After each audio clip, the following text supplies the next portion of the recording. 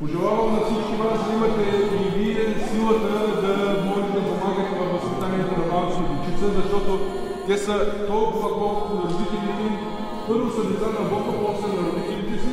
а после са и наши. И когато са сред нас, да ги научим на добро и на красиво, на мир, наистина на любов и да знаят, че друга истина няма и че това е пътят към небето, защото всички сме се запътили на там. Бог ни е дал време, в което да се възпитаме, като в едно училище, да се научим на добро. И когато дойдат нашата дечица, да направим пътя им по-хубав, утрешния ден по-красив за тях, а по този начин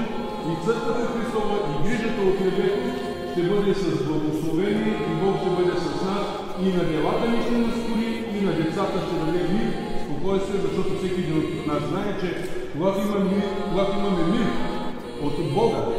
този, който възпълва сърцето ни във всичките празноти, където не усещаме, че нещо не е добре,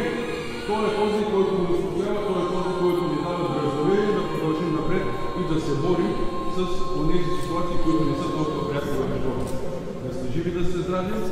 да дързаете в това, което сте предприели, да възпитавате децата с християнските истини и помните не се надявайте само на вашите дарби. Молете Бог да ви открива как да направите това, да се движите и да възпитавате и да ви даде още и още сили, за да бъдете всеотдайни и знаете едно, много любов, тъй като много капчетата на душата могат и да убиват. Тоест, вместо да създадете човек, да създадете месече, внимавайте, пазете се, малко се дава любов и не случайно се казва, да те се чуват докато спи, а не да ви успокоите. На добър час, живи и здрави бъдете и Бог да е с вас.